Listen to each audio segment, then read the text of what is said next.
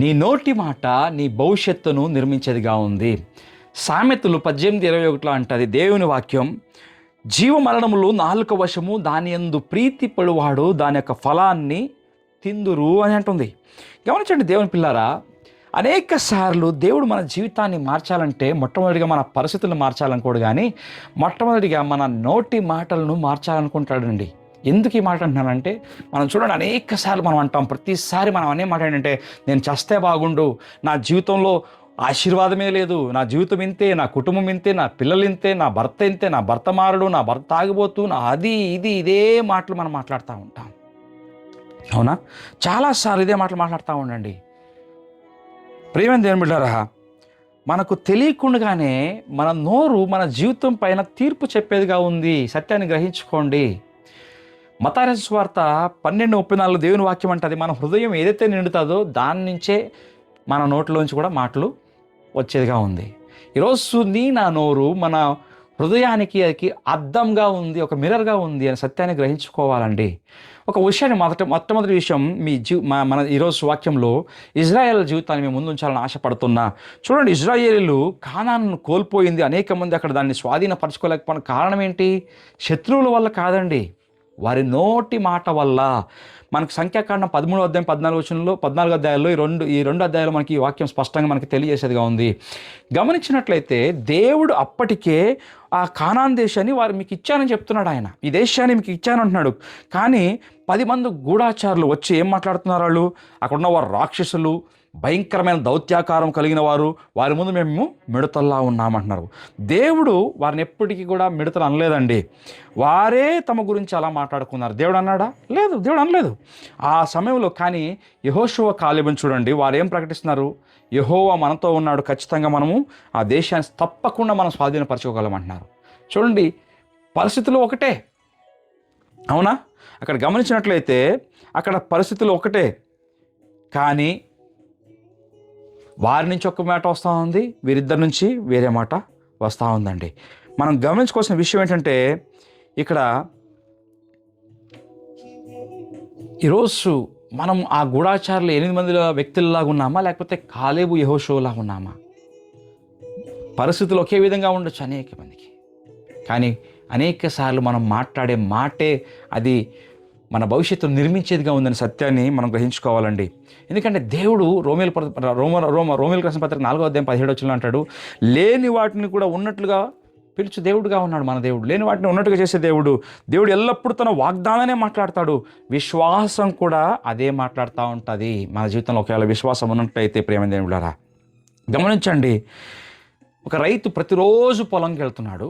ప్రతిరోజు పొలానికి వెళ్ళి ఇది పండదు, వర్షం రాదు, ఇది ఫలవత్తమైన భూమి కాదు, అన్నీ నాశనం అని మాత్రమే మాట్లాడితే పంట వస్తుందా?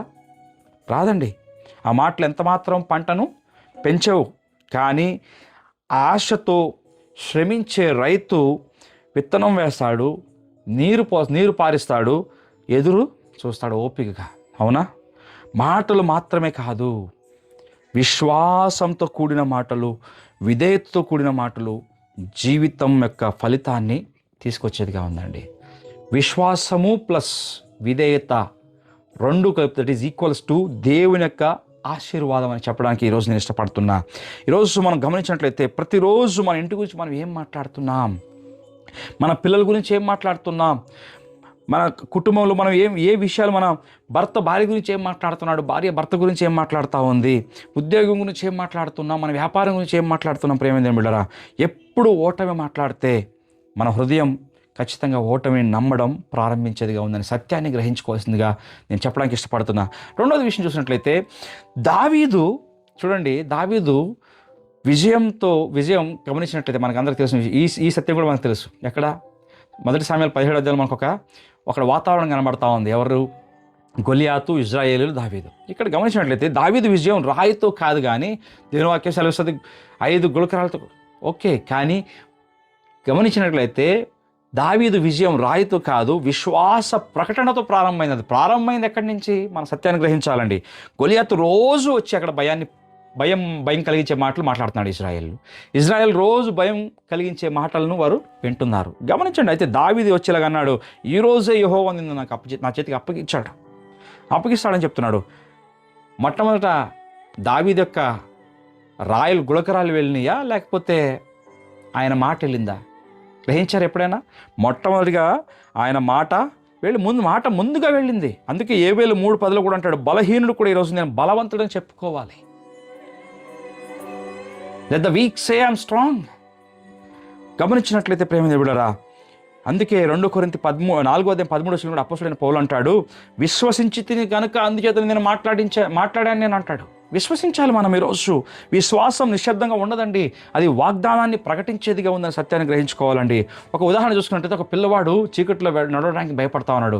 అయితే తండ్రి వచ్చి అన్నాడు, కుమారుడు నాకు ఎంత మాత్రం భయపడదు, నేను ఉన్నాను నీతోటి. వెంటనే కుమారుడు ధైర్యంగా ముందుకు సాగాడు. ఇక్కడ మనం గమనించినట్లయితే చీకటి పోయిందా? చీకటి పోలేదండి, కానీ భయం పోయింది. ఎందుకు? తండ్రి మాట భయం కంటే గొప్పది. తండ్రి మాట భయం కంటే గొప్పది. ఈరోజు దేవుడు నీతో కూడా చెప్తున్న మాట అంటే, నిన్ను విడువను ఎడబాయనని హెబ్రీ 13:5 మనకి శ్రేష్టమైన వాగ్దానం ఇచ్చాడు. ఆయన ఎంత మాత్రం విడిచే దేవుడు కాదండి. కనుక మన సమస్యను ఎక్కువగా మాట్లాడుతున్నామా ఈరోజు? మనం ప్రశ్నించుకుందాం. లేక దేవుని ఎక్కువగా ప్రకటిస్తున్నామా? మనం ప్రశ్నించుకుందామండి ఈరోజు. ప్రియమైన దేవుళ్ళారా, మూడవదిగా ప్రాముఖ్యమైన విషయం చూసుకున్నట్లయితే, నీ మాటలు ఇతరుల జీవితాన్ని నిర్మించగలవు, లేకపోతే నాశనం కూడా, విరగొట్టగలవు కూడా. ఎందుకంటే ఎఫెసీయులకు రాసిన పత్రిక 4:29 మనం చూసుకున్నట్లయితే, ప్రియమైన దేవుళ్ళారా, గమనించినట్లయితే ఎఫెసీ 4:29 దేవుని వాక్యం ఈ విధంగా సెలవిస్తూ ఉంది. చూడండి, వినువారికి మేలు కలిగినట్లు అవసరమును బట్టి, వినువారికి మేలు కలిగినట్లు అవసరమును బట్టి క్షేమాభివృద్ధికరమైన అనుకూల వచమునే పలుకుడి కానీ దుర్భాష ఏదైనాను మీ నోట రానీయకుడి అని. చూడండి, వినువారి మేలు కలిగినట్లు శ్రేష్టమైన మాటలనే మాట్లాడని దేవుని వాక్యం సెలవిస్తూ ఉందండి. అంతేమాత్రమే కాదు, సామెతలు అదే 15:4 సాత్వికమైన నాలుక జీవవృక్షము, దానిలో కుటిలత ఉండిన యెడల ఆత్మకు భంగము కలుగును. సాత్వికమైన నాలుక జీవవృక్షం అంటే మేలు మాట్లాడే నాలుక, ఆశీర్వాదం పలికే నాలుక, అది జీవవృక్షం. సత్యాన్ని గ్రహించుకోవాలండి.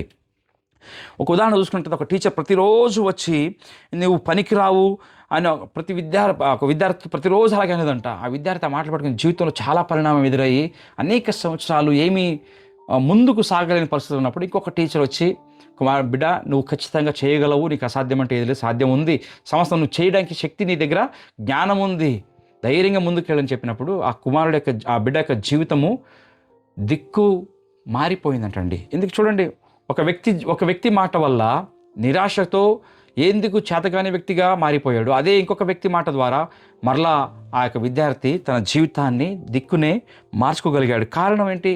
మన ఒక మాట కట్టగలదు, మన మాట అదే మాట నాశనము చేయగలదండి.